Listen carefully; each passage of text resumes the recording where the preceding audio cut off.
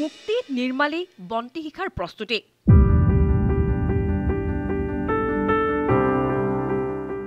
ব্যস্ত হৈ পৰিছে ছাত্ৰ-ছাত্ৰীসকল আলোচনী লিখাত ব্যস্ত সকলো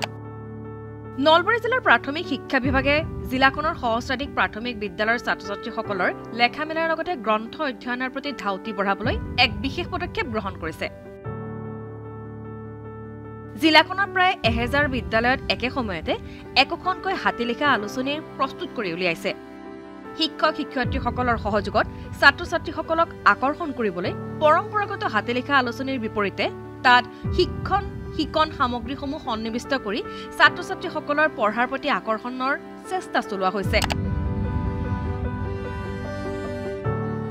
মুক্তি নিৰ্মালী বন্তি শিখা পোহৰ দিগন্ত ধ্ৰুপদী অংকুৰণ কাচিয়লী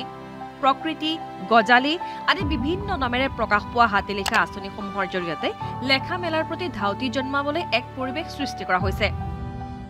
নলবাৰী জিলাৰ আমাৰ বিভাগীয় কৰ্তৃপক্ষৰ নিৰ্দেশমৰ্মে আমাৰ ছাত্ৰ-ছাত্ৰীসকলে এখন হাতী লিখা আলোচনী প্ৰজ্ঞান সাজি উলিয়াইছে ইয়াত আমাৰ সহকাৰী শিক্ষকসকলেও তেখেতসকলক যথেষ্ট অনুপ্ৰেৰণা দিছে আৰু আমাৰ ছাত্ৰ-ছাত্ৰীসকলে যিখিনি পাৰে সেইখিনি তেওঁলোকৰ বিচাৰ বুদ্ধিৰে হাতী লিখা আলোচনী কৰাত আমি নথৈ আনন্দিত হৈছোঁ এনে পদক্ষেপে ছাত্ৰ-ছাত্ৰী আৰু শিক্ষক শিক্ষয়িত্ৰীসকলৰ মাজত ব্যাপক উৎসাহৰ সৃষ্টি কৰিছে আমি উলাবৰী পশ্চিম নহতি মিলনেমী বিদ্যালয়ৰ ছাত্ৰ-ছাত্ৰীসকলে সকলোৱে মিলিজুলি এখন আলোচনী তৈয়াৰ কৰিছোঁ হাতী লিখা আলোচনীখনৰ নাম হ'ল প্ৰজ্ঞান হাতী লিখা আলোচনীসমূহৰ মাজৰ পৰা প্ৰতিটো মণ্ডলৰ পৰা শ্ৰেষ্ঠ আলোচনীখন খণ্ড পৰ্যায়লৈ নিৰ্বাচিত কৰা হ'ব আনহাতে জিলাখনৰ 4টা শিক্ষা খণ্ডৰ 5খনকৈ শ্ৰেষ্ঠ আলোচনী জিলা পৰ্যায়লৈ নিৰ্বাচিত কৰা হ'ব